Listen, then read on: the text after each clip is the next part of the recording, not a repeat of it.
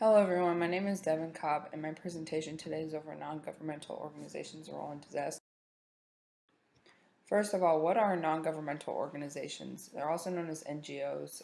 They're separate from the government, and there's about 1.5 million NGOs in the United States. They often develop and address new approaches to social and economic approaches, and they advocate on behalf of different social issues like women's rights and environmental issues. Most of them are nonprofit or charity organizations, and their mission is never for any type of commercial gain.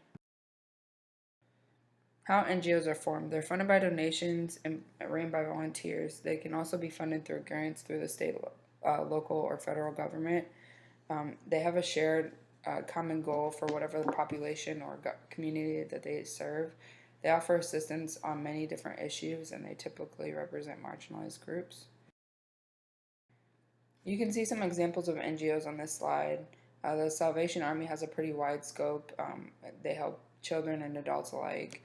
The Red Cross also has a very wide scope. They're in everything from disaster relief to providing training certification items such as CPR and swimming.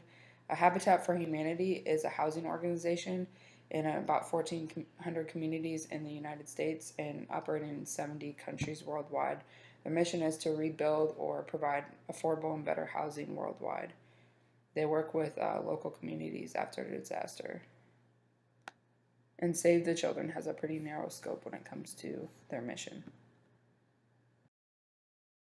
The purpose of NGOs in disaster: they basically fill the gaps that are left by government and emergency management organizations during a disaster time.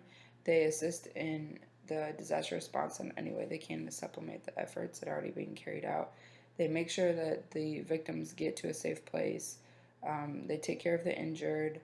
They provide transportation to make sure that people are where they're supposed to be, and they also provide food and water. A closer look at an NGO during a disaster time is during Hurricane Matthew. The American Red Cross provided support. You can see the statistics of what they provided support to in America.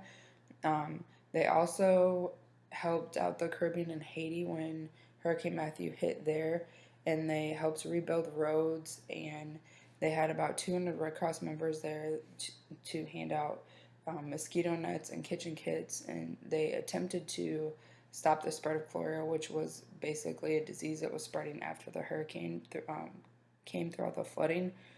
They had a great deal of effort put in to help the recovery efforts after Hurricane Matthew caused about $10 billion worth of damage. Some of the benefits of NGOs, like I mentioned earlier, they fill in gaps left by emergency management services as well as the government. They don't have as much red tape or paperwork to do since they operate separately of the government. They can kind of go by their own core values, and they work to ensure that the recovery time after a disaster is quicker, and they can get together really quickly, and they typically have a lot of connections at local levels that will help them provide assistance to disaster victims.